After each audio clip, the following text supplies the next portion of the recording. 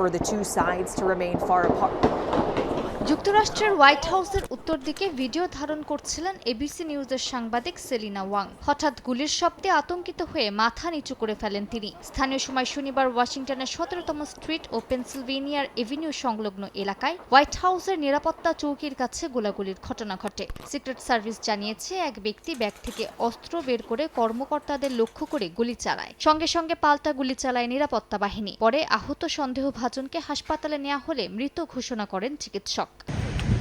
ঘটনার সময় white house প্রাঙ্গণে থাকা সাংবাদিকরা টানা 15 থেকে 30 রাউন্ড গুলির শব্দ শুনতে পান। মুহূর্তে নিরাপত্তা অ্যালার্ট জারি করে সাংবাদিকদের প্রেস ব্রিফিং রুমে আশ্রয় নিতে বলা হয়। সশস্ত্র সিক্রেট সার্ভিস সদস্যদের পুরো সময় নর্থ লনে অবস্থান নিতে দেখা যায়। প্রায় 40 মিনিট পর তুলে নেওয়া হয় লকডাউন।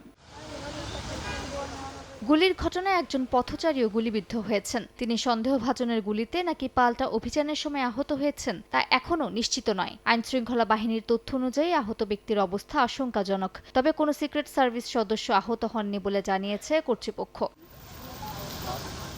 হোয়াইট হাউস জানিয়েছে, ঘটনার সময় মার্কিন প্রেসিডেন্ট ডোনাল্ড ট্রাম্প ভবনের ভেতরেই ছিলেন এবং তিনি নিরাপদে আছেন। এফবিআই পরিচালক ক্যাশ প্যাটেল বলেছেন, তদন্তে সহায়তা করছে এফবিআই। মাত্র 1 মাস আগেও হোয়াইট হাউস করেসপন্ডেন্টস ডিনারের সময় গুলির ঘটনার পর নতুন এই হামলা যুক্তরাষ্ট্রের প্রেসিডেন্ট নিরাপত্তা ব্যবস্থা নিয়ে নতুন করে প্রশ্ন তুলছে।